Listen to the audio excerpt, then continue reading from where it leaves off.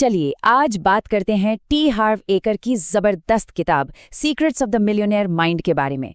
ये किताब हमें बताती है कि अमीर लोग ऐसा क्या अलग सोचते और करते हैं जो उन्हें बाकियों से अमीर बनाता है। कभी सोचा है कि ऐसा क्यों होता है कि कुछ लोग तो जैसे पैसों को अपनी तरफ खींच लेते हैं, जबकि बहुत से लोग पूरी जिंदगी आर्थिक रूप से संघर्ष ही करते रह जाते हैं।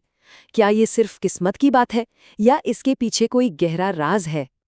टी हार्व एकर कहते हैं कि असली फर्क हमारे काम में नहीं बल्कि हमारी सोच में है। अमीरी का जो ये पूरा खेल है ना, वो बैंक अकाउंट में नहीं बल्कि हमारे दिमाग में शुरू होता है। और इसी सोच को वो एक नाम देते हैं फाइनेंशियल ब्लूप्रिंट।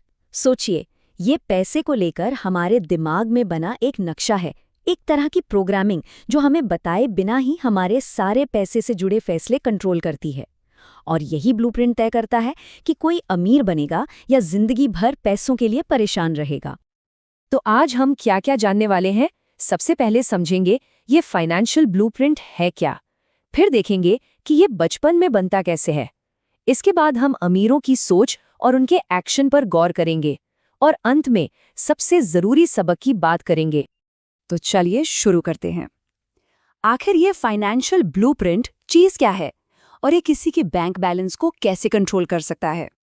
देखिए, किताब का सबसे बड़ा आइडिया ये है कि हमारी बाहरी दुनिया, मतलब हमारी आर्थिक हालत, हमारी भीतरी दुनिया का बस एक आईना है। जेब में कितना पैसा है ये इस बात का नतीजा है कि किसी के विचार, आदतें और चरित्र कैसा है। पैसे की कमी असल प्रॉब्लम नहीं है, वो तो सिर्फ एक लक्षण है जो बताता है कि अंदर कुछ गड़बड़ है। और ये काम कैसे करता है? इसका एक सिंपल सा फॉर्मूला है। हमारे विचार हमारी भावनाओं को बनाते हैं और हमारी भावनाएं हमारे कामों को गाइड करती हैं और हमारे काम हमारे नतीजे तय करते हैं। तो अगर किसी को अपने नतीजे बदलने हैं तो शुरुआत कहाँ से करनी होगी? बिल्कुल सही, जड़ से, यानी अपने विचारों से। लेकिन ये विचार आते कहाँ से हैं? कैसे बनता है हमारा ये फाइनेंशियल ब्लूप्रिंट? जवाब छिपा है हमारे बचपन में। हमारी प्रोग्रामिंग 3 मेन तरीकों से होती है। पहला, हमने बचपन में पैसे के बारे में क्या बातें सुनी। दूसरा, हमने अपने बड़ों को पैसों के साथ कैसा बर्ताव करते हुए देखा। और तीसरा, पैसे से जुड़ा कोई ऐसा खास अनुभव जिसने हम पर गहरी छाप छोड़ दी। जरा इस एक लाइन के बारे में सोचिए, अमीर लोग लालची होते हैं।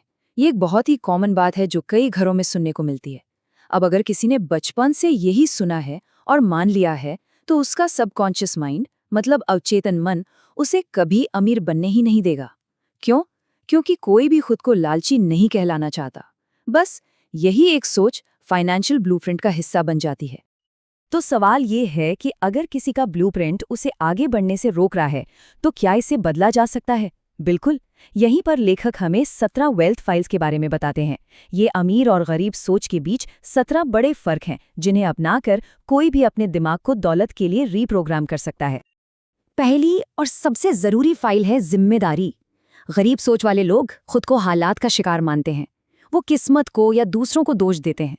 वहीं अमीर लोग अपनी आर्थिक स्थिति की 100% जिम्मेदारी लेते हैं। वो जानते हैं कि वो अपनी जिंदगी की गाड़ी के ड्राइवर हैं, पैसेंजर नहीं। सारा खेल लक्ष्य का है। गरीब सोच का लक्ष्य होता है कि बस किसी तरह गुजारा चल जाए, बिल्स टाइम पर भर जाए, मतलब वो डिफेंसिव गेम खेलते हैं।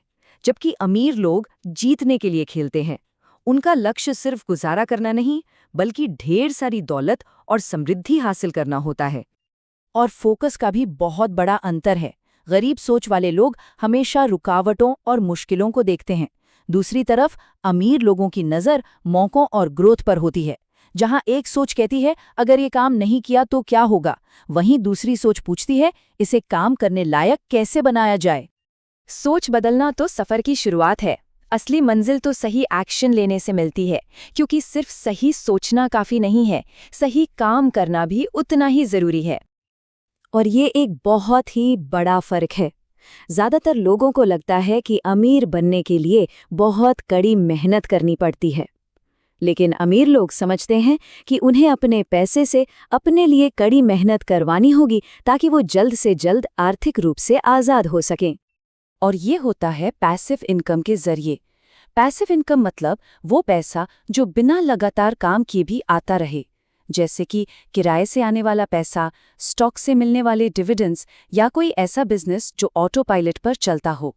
आर्थिक आज़ादी की असली चाबी यही है।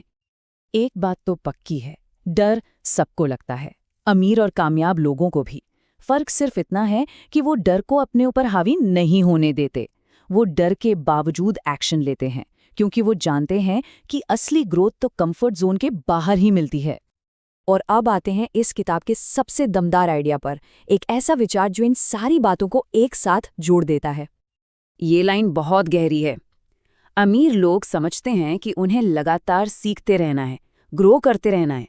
वो इस बात को मानते हैं कि अगर कोई हमेशा वही करता रहेगा जो करता आया है, तो उसे वही मिलेगा जो मिलता आया है।